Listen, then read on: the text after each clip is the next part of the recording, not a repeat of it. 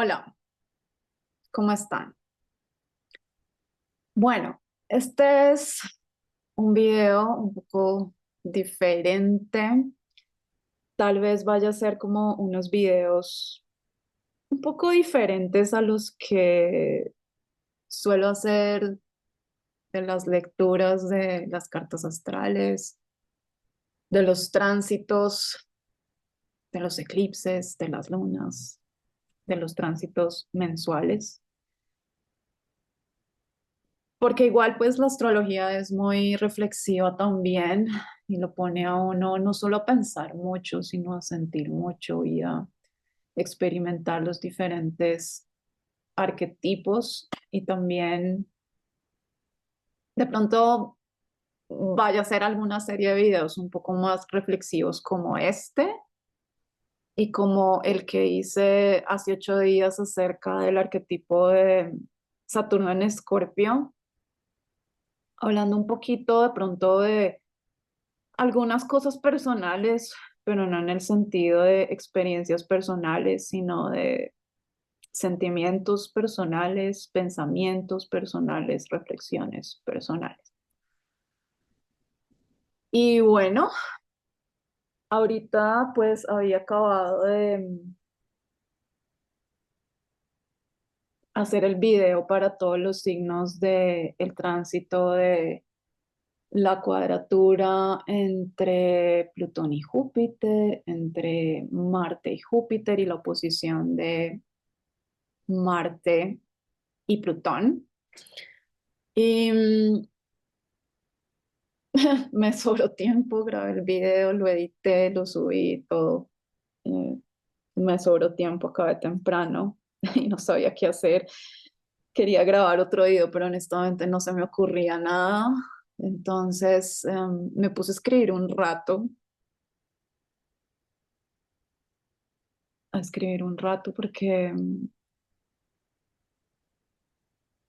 a veces necesito escribir, como dejar todos mis pensamientos en una hoja de papel y tener un poco de claridad mental. Y escribiendo, pues se me ocurrió un poco como hacer este video sobre Venus en Cáncer, que en este momento está en Cáncer, creo que está 14, 15 grados, está como por la mitad de Cáncer, quiere decir que a Venus todavía le falta la mitad del recorrido en Cáncer.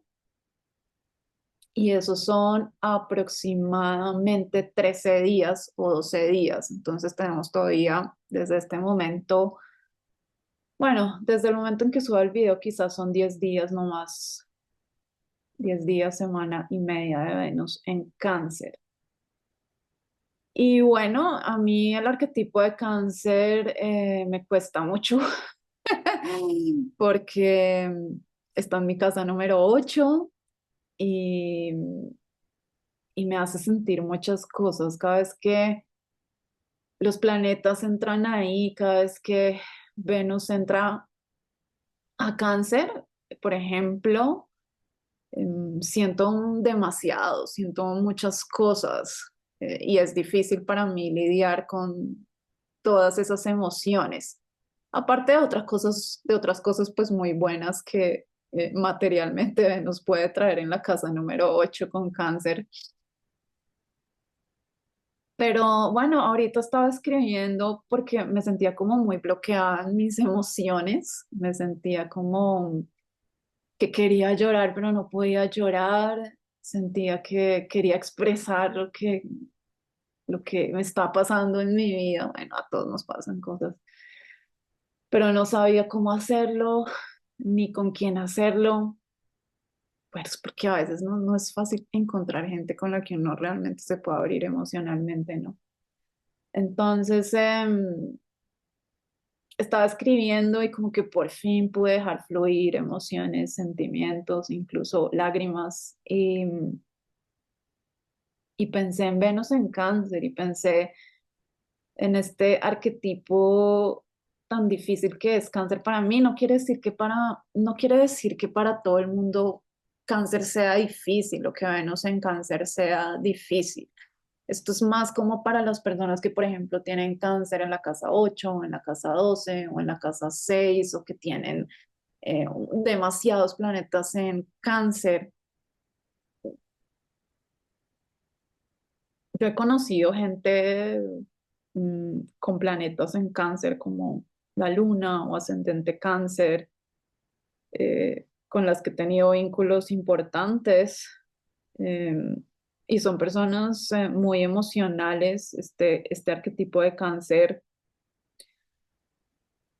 requiere sentir mucho, requiere estar muy en contacto con nuestras emociones, requiere entender nuestro presente, entender nuestro entorno, entender el tiempo, entender lo que hay a nuestro alrededor, percibir lo que hay a nuestro alrededor.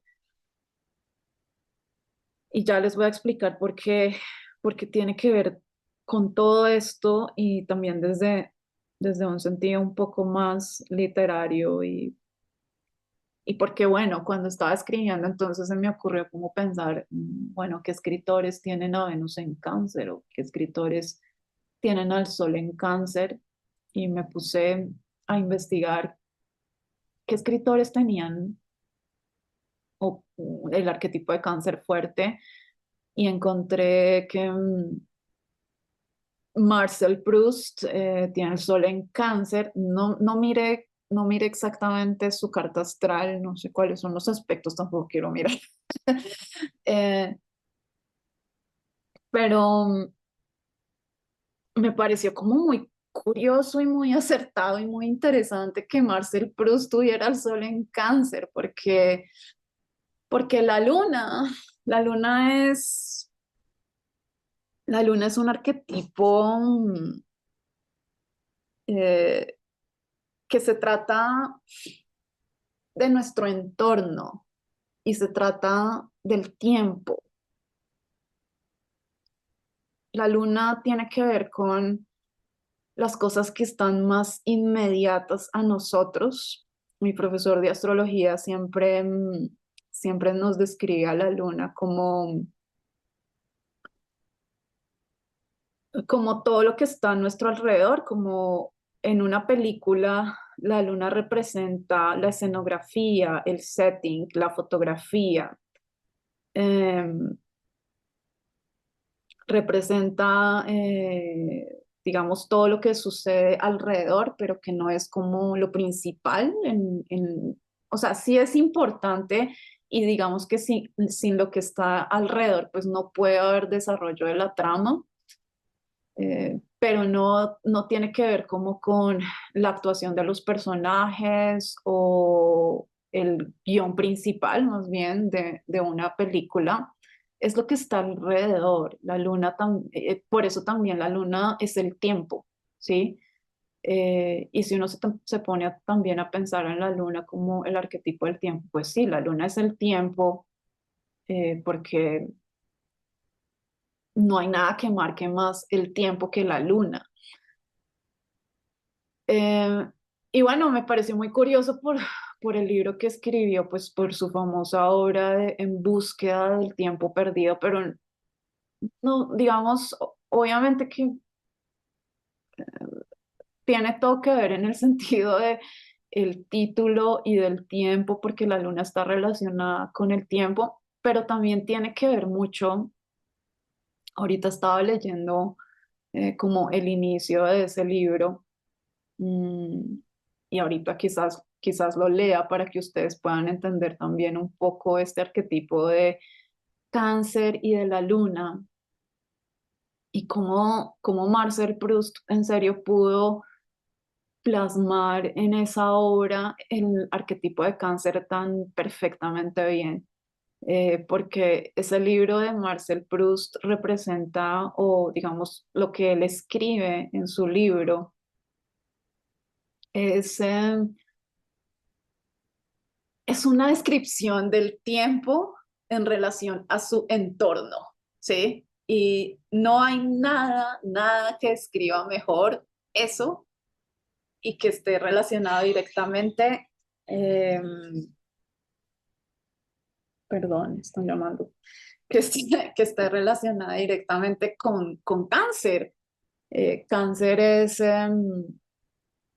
como les digo, cáncer es el tiempo, cáncer es lo que está a nuestro alrededor, porque cáncer está regido por la luna y la luna representa todo lo que pasa a nuestro alrededor y representa el tiempo. Y me pareció como increíble, increíble, como este escritor pudo plasmar eso en una obra literaria como tan directamente, tan representativamente de lo que significa el arquetipo de la luna y el arquetipo de cáncer. Y bueno, yo ahorita voy a leer unos párrafos de ese libro, pues sobre todo del comienzo para que si ustedes están interesados y no se aburren de oírme, lo puedan entender también. Y ya pues directamente desde la obra también de Marcel Proust. Em, y no solamente me pareció em, como muy representativo del arquetipo de cáncer, este libro de En búsqueda del tiempo perdido, sino que es un libro también muy emocional.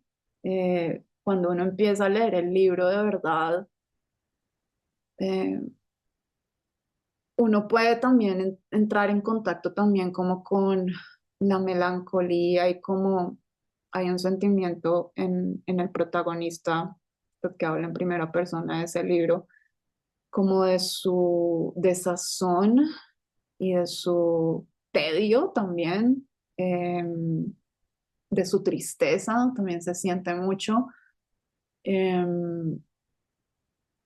Y es como muy interesante también, eh, digamos, como esta correlación, por ejemplo, entre ese relato de en búsqueda del tiempo perdido y en relación con las emociones, pues porque cáncer es un arquetipo que está relacionado con las emociones y por eso mismo es que también como que llegué a este lugar y llegué también a este video y a estas cosas que estoy hablando, mm, porque necesitaba sentir, ¿sí? Porque necesitaba expresar lo que sentía, porque necesitaba también poder encontrar algo que reflejara también un poco, tal vez no exactamente lo que estoy sintiendo, pero sí, eh, digamos, poder encontrar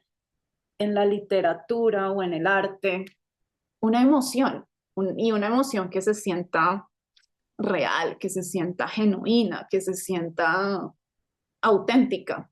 Por eso pensé también en escritores que tuvieran este arquetipo de cáncer en su carta astral. Y es muy, muy, muy interesante también como, um, digamos que la literatura y el arte no solamente están hechos para sublimar, sino que el arte y la literatura a veces me parece que sí tienen como esta capacidad de estar vivos, ¿sí? Esto no es como una cosa saturniana, eh, porque el arte y la literatura suelen, no todo el arte y la literatura, pero sí mucho suele representar emociones. Y en ese sentido, cuando uno lee una obra donde, donde uno puede como sentir las emociones del autor o del protagonista a flor de piel también ahí, uno siente que esa vaina está viva, ¿sí? Uno siente que está como hablando con alguien o que está también como en compañía de las emociones de otra persona. Es muy interesante también como esta dinámica. Y otra cosa que también me pareció muy interesante de lo poquito que pude leer eh, del inicio de este libro de En busca del tiempo perdido yo ya lo había leído antes, pero hace mucho tiempo no lo he retomado. Obviamente no leí todos los libros de En Busca del Tiempo Perdido porque no tengo la disciplina para leer. Eh, no tengo la disciplina para leer obras tan grandes. ¿M? Entonces, y además porque igual es una obra muy, muy introspectiva donde no pasa nada. Pero eso es cáncer. O sea, mi punto también iba a que siento que este libro también refleja muy bien el arquetipo de cáncer, el arquetipo de la luna y pues probablemente también a Venus en cáncer, ya que estamos con Venus en cáncer y que también está haciendo una cuadratura a Cairón. Representa muy bien las emociones, pero no solamente las emociones como, bueno, podemos darle una palabra a estas emociones eh, o podemos darle una estructura a las emociones, sino las emociones en cuanto a, por ejemplo, en el sentido meditativo, y ese libro es muy meditativo, el de En Búsqueda del Tiempo Perdido,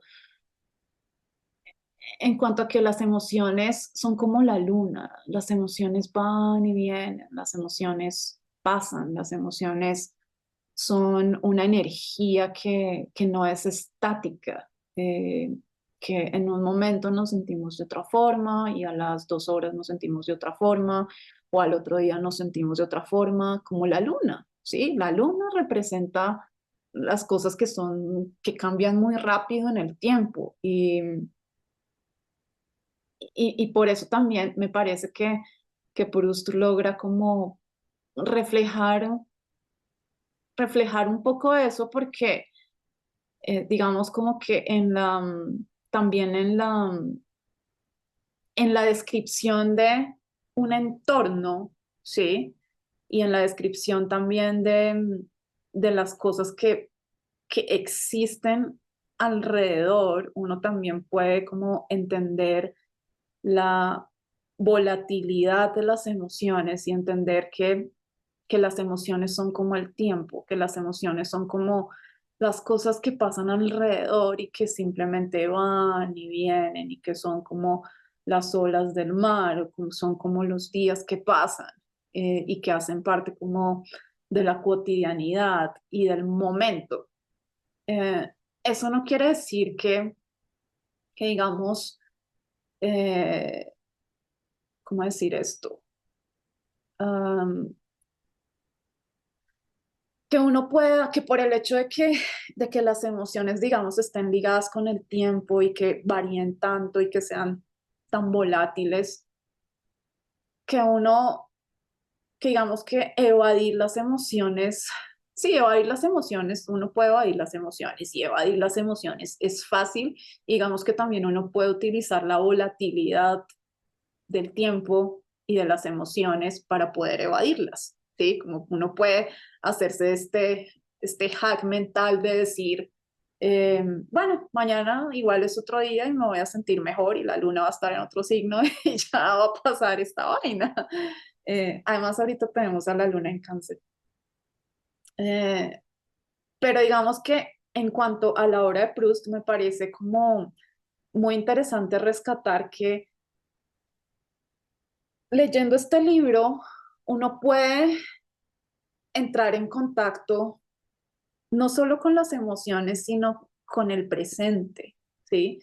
Con el entorno, con lo que existe, con lo que está alrededor, con las diferentes dimensionalidades del tiempo, del presente, del pasado, del futuro. Y en ese sentido también entrar en contacto con lo que uno siente, que finalmente es esta idea que digamos, la psicología contemporánea nos vende, como entra en contacto con sus emociones, ¿sí? Sienta lo que siente, dele un nombre, no le huya, ¿sí? No corra de sus emociones, no las evada, no las entierre, no las mate, ¿sí? Y un libro como estos yo creo que sí le puede ayudar a uno a entrar en contacto con las propias emociones, a a estar presente, a estar presente, a estar presente desde este enfoque psicológico, por ejemplo, de psicología humanista existencial y el estar presente y toda esta idea del estar presente con la gestalt y todo esto, es eso, es, es entender lo que uno siente y me gusta cómo lo pone Proust también, porque él no habla mucho de sentimientos, pero uno puede sentir en su prosa.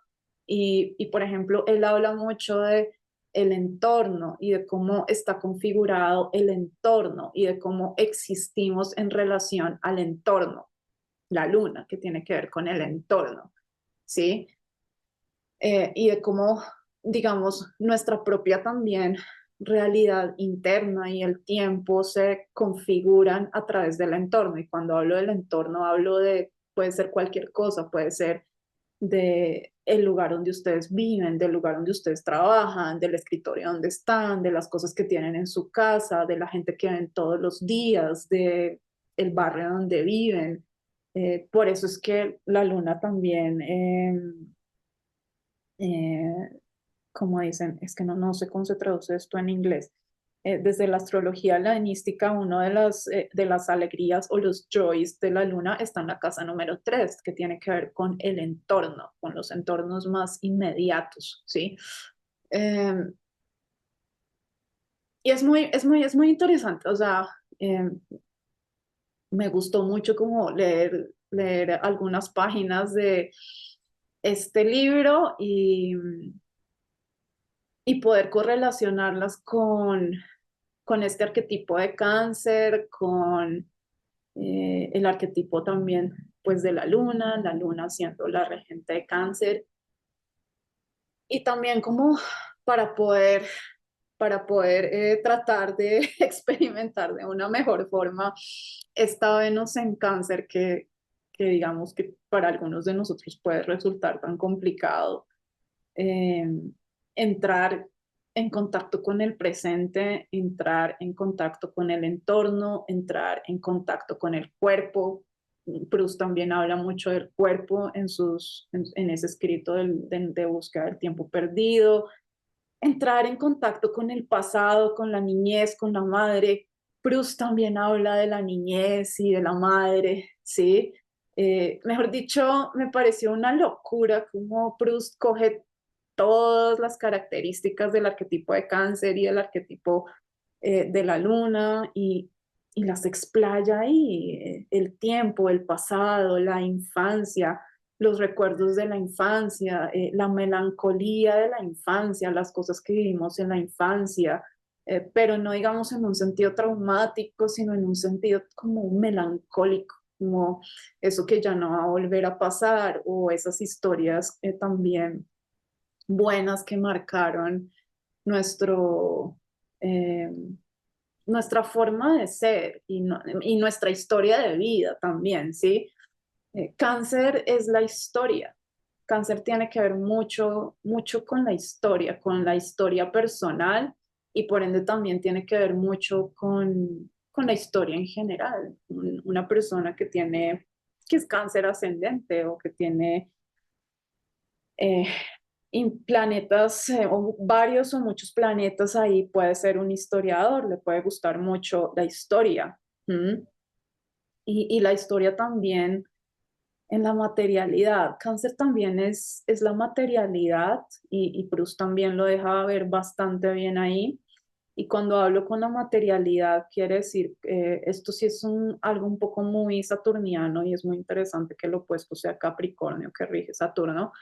Em, Cáncer tiene que ver con la materialidad porque muchas cosas de las que están en nuestro entorno inmediato pues son materiales, son los objetos, pero sobre todo también cáncer tiene que ver con la materialidad de la historia personal, por ejemplo, objetos que podemos tener desde la infancia o objetos que nos recuerdan historias pasadas, o si imprimimos fotos, o si, mm, no sé, nuestra abuela o nuestros abuelos nos regalaron objetos de ellos, o heredamos objetos o casas.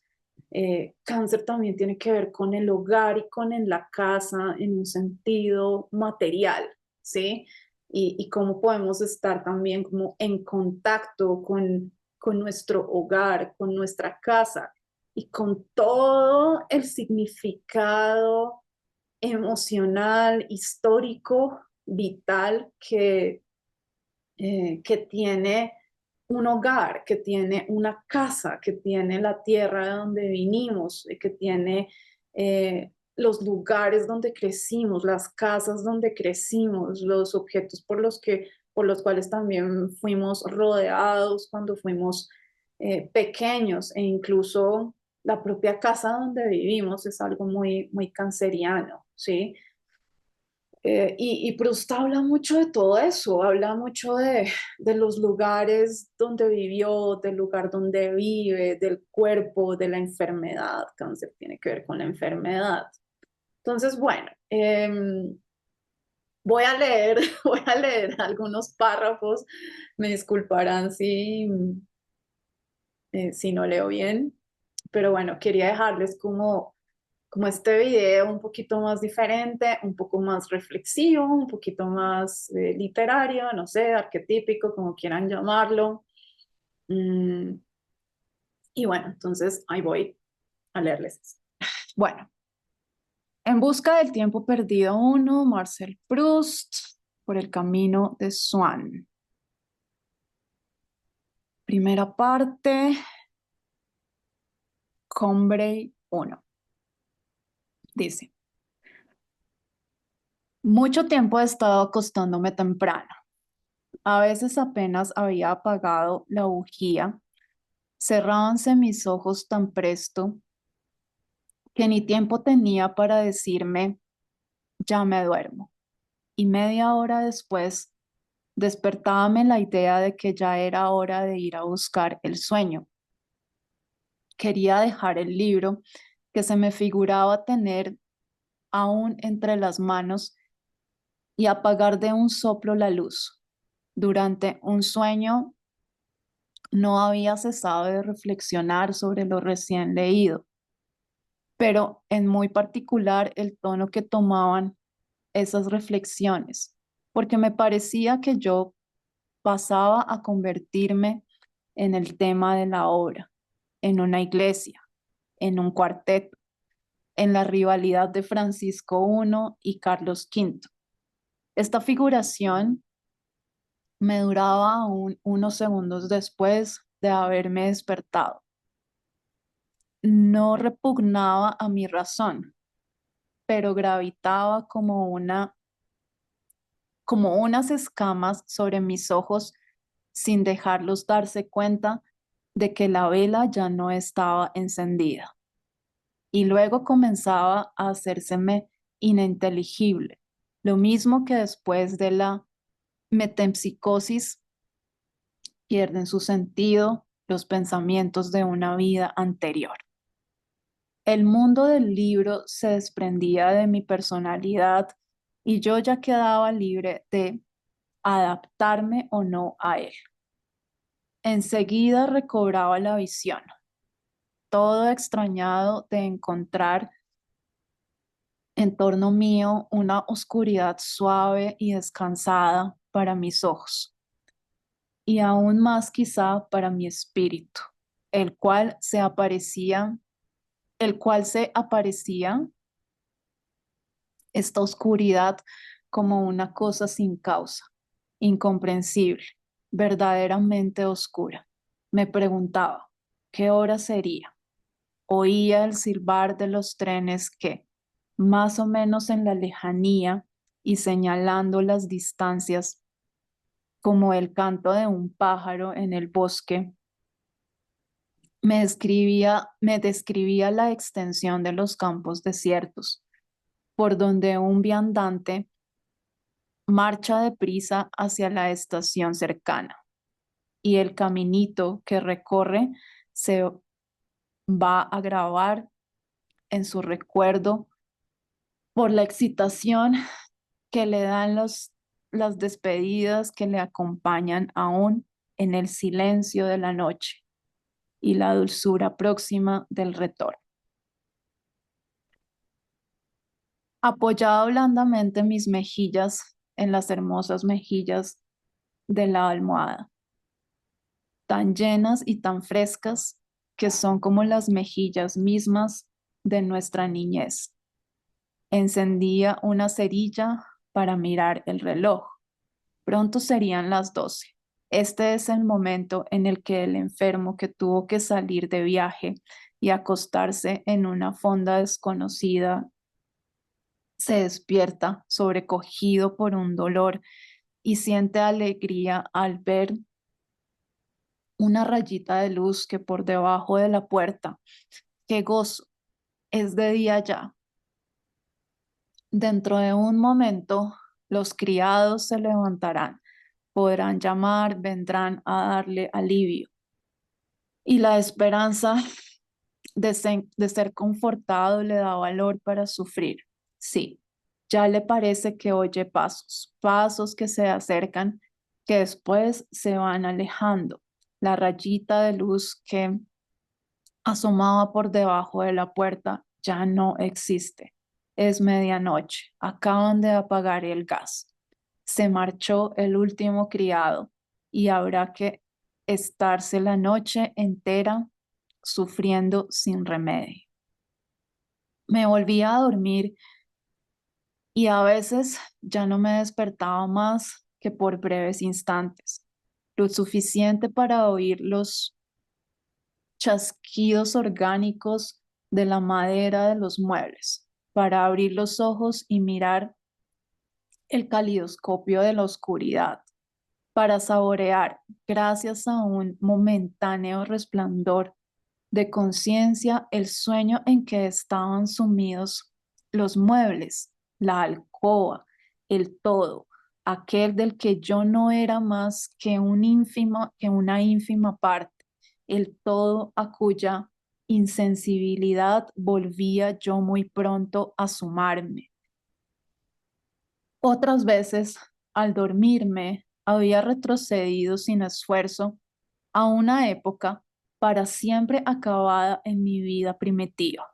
Me había encontrado nuevamente con uno de mis miedos de niño, como aquel de que mi tío me tirara de los bucles y que se disipó, fecha que para mí señala una nueva era, el día que me los cortara. Este acontecimiento había yo olvidado durante el sueño y volvía a mi recuerdo tan pronto como acertaba a despertarme para escapar de las manos de mi tío, pero por vía de precaución me envolvía la cabeza con la almohada antes de tomar al mundo de los sueños.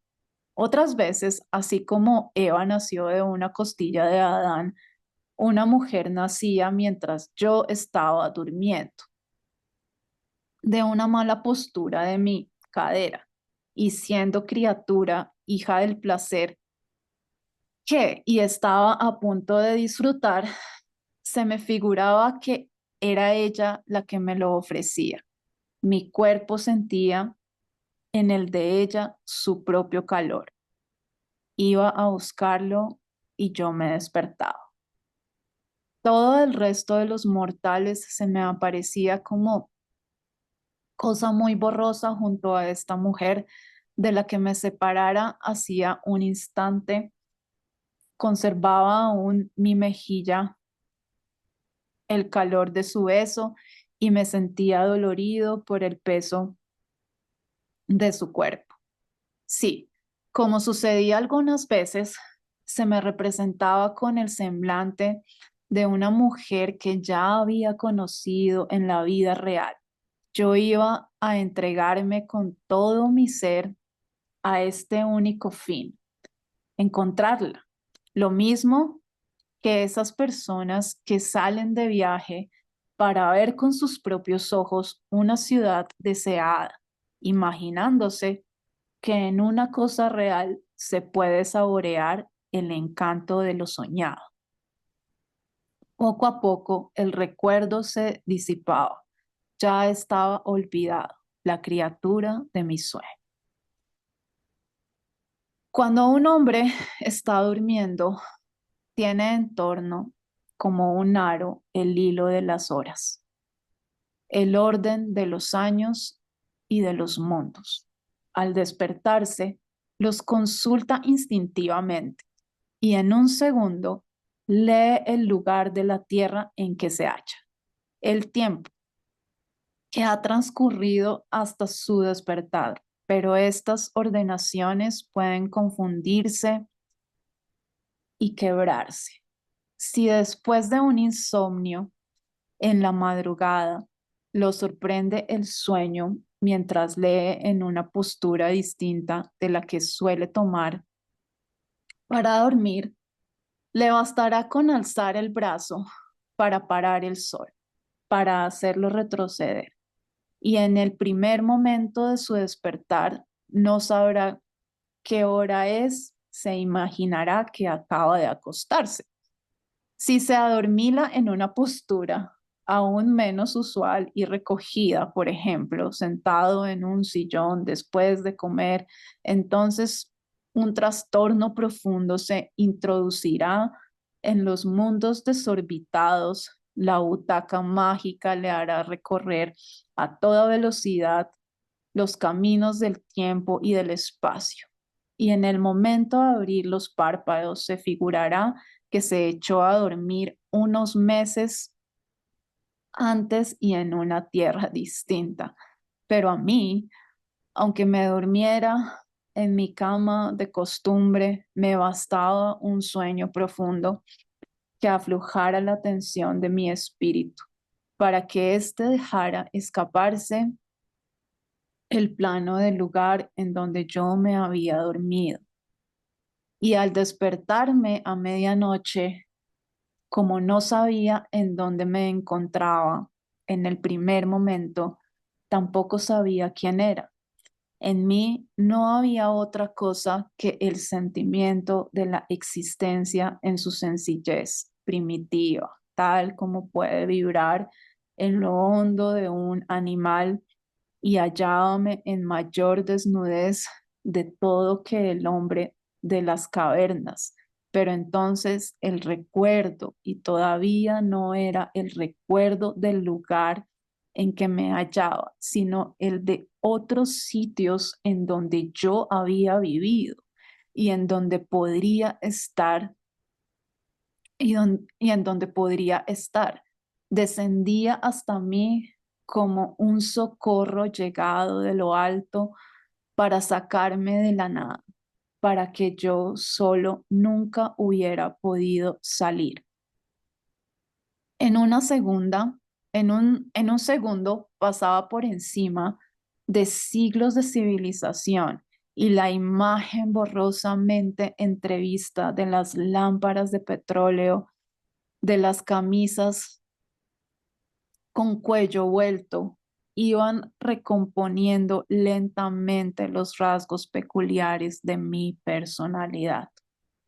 Esa inmovilidad de las cosas que nos rodean, ¿acaso es una cualidad que nosotros les imponemos con nuestra certidumbre de que ellas son esas cosas y nada más que esas cosas, con la inmovilidad que toma nuestro pensamiento frente a ellas? El caso es que cuando yo me despertaba así, con el espíritu en conmoción para averiguar, sin llegar a lograrlo, en dónde estaba, todo giraba en torno de mí en la oscuridad. Las cosas, los países, los años, mi cuerpo, demasiado torpe para moverse, intentaba según fuera la forma de su cansancio determinar la posición de sus miembros para de ahí inducir la dirección de la pared y el sitio de cada mueble para reconstruir y dar nombre a la memoria que lo abrigaba, su memoria de los costados, de las rodillas, de los hombros. Le ofrecía sucesivamente las imágenes de las varias alcobas en que durmiera, mientras que a su alrededor las paredes invisibles cambiando de sitio según la forma de la habitación imaginaba, giraban en las tinieblas. Y antes de que mi pensamiento, que vacilaba en el umbral del tiempo y las formas, hubiese identificado, enlazado las diversas circunstancias que se le ofrecían, el lugar de que se trataba, el otro, mi cuerpo, se iba acordando para cada sitio de cómo era la cama, de dónde estaban las puertas, de a dónde daban las ventanas, de si había un pasillo y además de los pensamientos que al dormirme allí me preocupaban y que al despertarme volvía a encontrar. El lado anquilosado de mi cuerpo, al intentar adivinar su orientación, se creía, por ejemplo, estar echado de cara a la pared en un gran lecho con dosel y yo enseguida me decía, vaya, pues por fin me he dormido, aunque mamá no vino a decirme adiós. Y es que he estado en el campo, en casa de mi abuelo, muerto ya hacía tanto tiempo, y mi cuerpo, aquel lado de mi cuerpo en que me apoyaba, fiel guardián de un pasado que yo nunca debiera olvidar, me recordaba la llama de la lamparilla de cristal de Bohemia en forma de urna que pendía del techo por leves cadenillas, la chimenea de mármol de Siena en la alcoba de casa de mis abuelos en Combray, en aquellos días lejanos que yo me figuraba en aquel momento como actuales, pero sin representármelos con exactitud y que habría de ver mucho más claro un instante después, cuando me despertara por completo. Bueno, estos son algunos párrafos que quería leer de En búsqueda del tiempo perdido de Marcel Proust para entender un poco, eh, experimentar o experienciar un poco el arquetipo de Venus en Cáncer también, de una forma también más artística y literaria. Entonces, espero que les haya gustado este video, que no se aburran mucho. De pronto es un tipo de videos que haga cada semana, no lo sé, pero bueno, ahí vamos con este canal. Entonces, espero que tengan una muy buena tarde, noche, donde quiera que estén. Cuídense mucho. Nos vemos la próxima.